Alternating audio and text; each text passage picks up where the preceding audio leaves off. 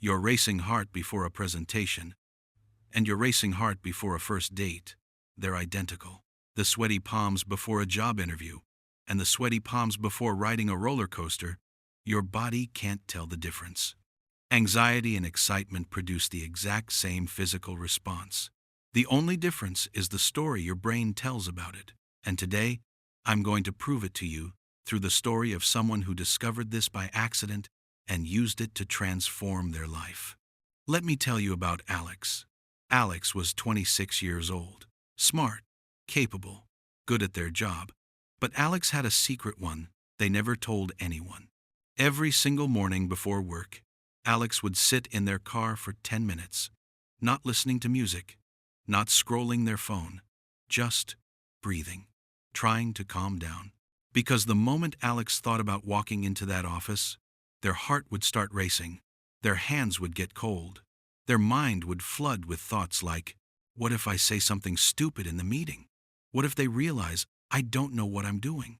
What if today is the day everything falls apart? Alex had anxiety, not the occasional nervousness everyone feels, the kind that showed up every single day, the kind that made even small things feel like threats. A presentation at work? Panic. A phone call from an unknown number? Dread. A friend asking to hang out? Exhausting mental calculations about everything that could go wrong. Alex had tried everything. Deep breathing, meditation apps, positive affirmations in the mirror. And yeah, they helped a little, but the anxiety always came back.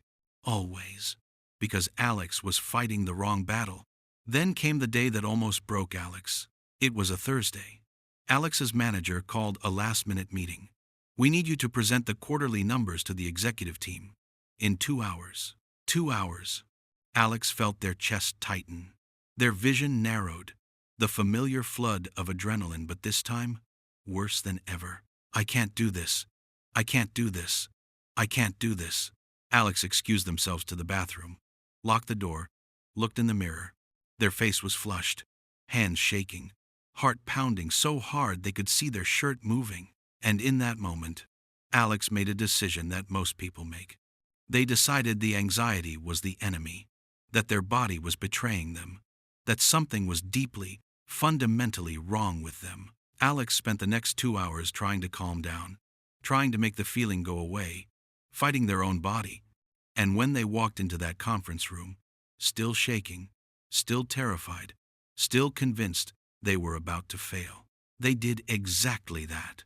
Alex stumbled through the presentation, lost their train of thought twice, apologized 3 times, left the room feeling like a complete failure. That night, Alex sat alone in their apartment and asked the question millions of people ask, why am I like this?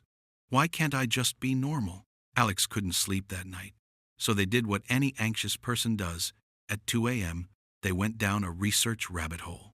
Article after article about anxiety, how to manage it, how to reduce it, how to make it stop. But then, Alex found something different.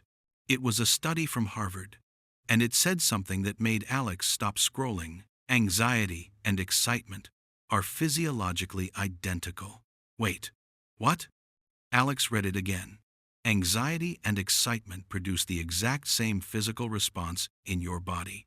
The racing heart, the sweaty palms, the surge of adrenaline, the heightened senses. When you're anxious and when you're excited, your body does the exact same thing. The only difference? Your brain's interpretation. Alex kept reading.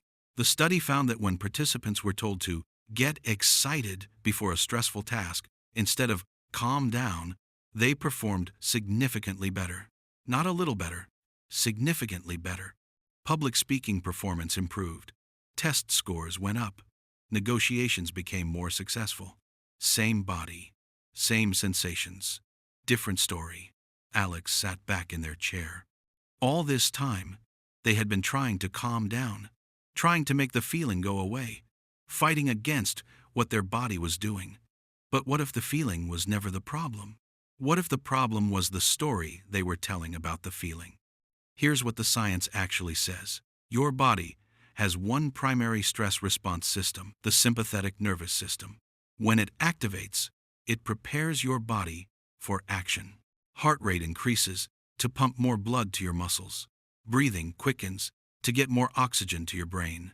Adrenaline releases to sharpen your focus and reaction time. Senses heighten to make you more aware of your environment.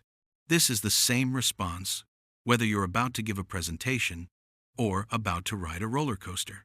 The sensations are identical. The meaning is different. Now here's where it gets interesting. Psychologists call this arousal. It's a neutral term. It just means your body is activated, ready to respond. But your brain needs to make sense of this arousal. It needs to answer the question, why is my body doing this? And it looks for clues. If you're about to do something you've labeled as scary, like public speaking, your brain interprets the arousal as anxiety, threat, danger. If you're about to do something you've labeled as exciting, like meeting someone you're attracted to, your brain interprets the arousal as excitement, anticipation, energy, same body, same sensations, different label. This is called the misattribution of arousal. Your brain can be wrong about why you're feeling what you're feeling. And here's the breakthrough. If your brain can misinterpret arousal as anxiety, you can consciously reinterpret it as excitement. You can change the story.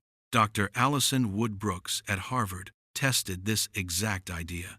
She took participants who were terrified of public speaking and divided them into groups. One group was told to say, "I am calm" before speaking. Another group was told to say, "I am excited" before speaking. A control group said nothing. The results? The calm group performed poorly. Trying to suppress arousal doesn't work.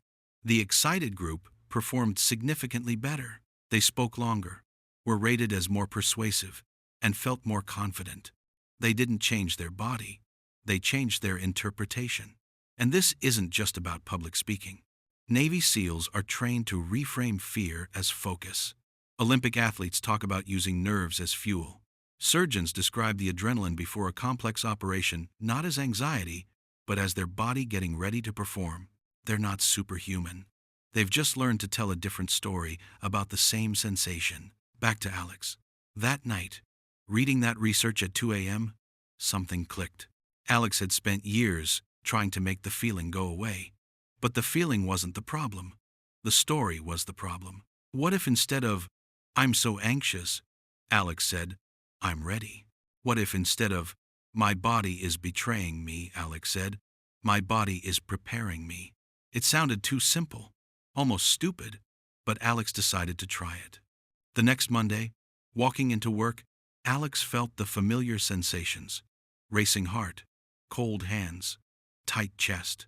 But this time, instead of thinking, "Oh no, here we go again," Alex thought, "My body is getting ready. This is energy. This is fuel." Did the feeling go away? No. Did it feel different? Yes. There's a crucial difference between fighting a sensation and riding it. When you fight, you add a second layer of stress about the stress. You clench against your own body. But when you ride it, when you say, "Okay, this is happening, and it's here to help me," something shifts. The resistance drops. The sensation is still there, but it's not your enemy anymore. Alex started practicing this every day. Before a meeting, this is my body giving me energy. Before a phone call, this is focus, not fear. Before anything challenging, I'm not anxious, I'm activated. Did it work perfectly every time? No. Some days were harder than others.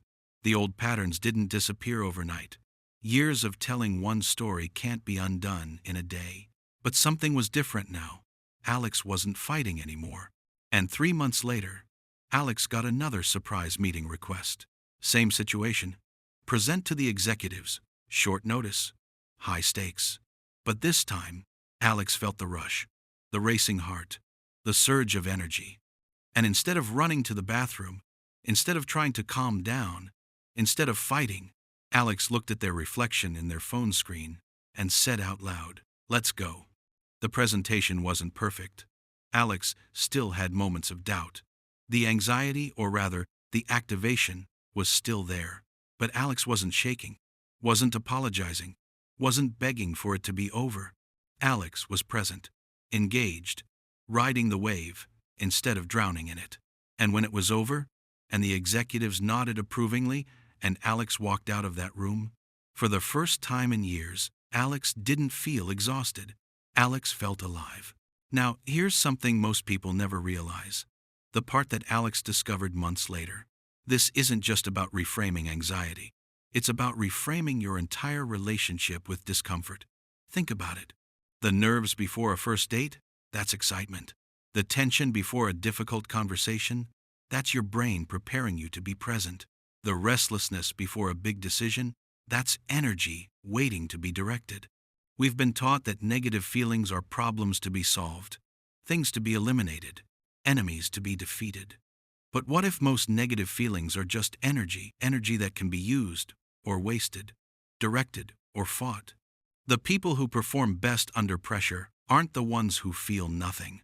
They're the ones who feel everything and choose what it means. That's the edge. That's the shift. And now you know it too. Let me bring this back to you. The next time you feel your heart race before something important, I want you to try something. Instead of saying, I need to calm down, say, I'm ready. Instead of saying, I'm so anxious, say, I'm activated.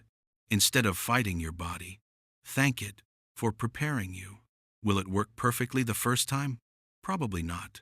But you're not trying to eliminate the feeling. You're trying to change your relationship with it. And that takes practice. Here's your homework.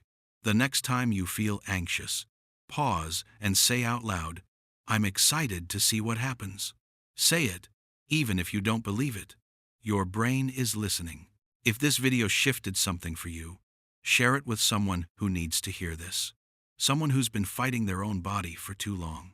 And if you want to understand more about how your brain works, why it sabotages you, why discipline feels so hard, why you can't stop overthinking, that's what this channel is about. Subscribe and turn on notifications.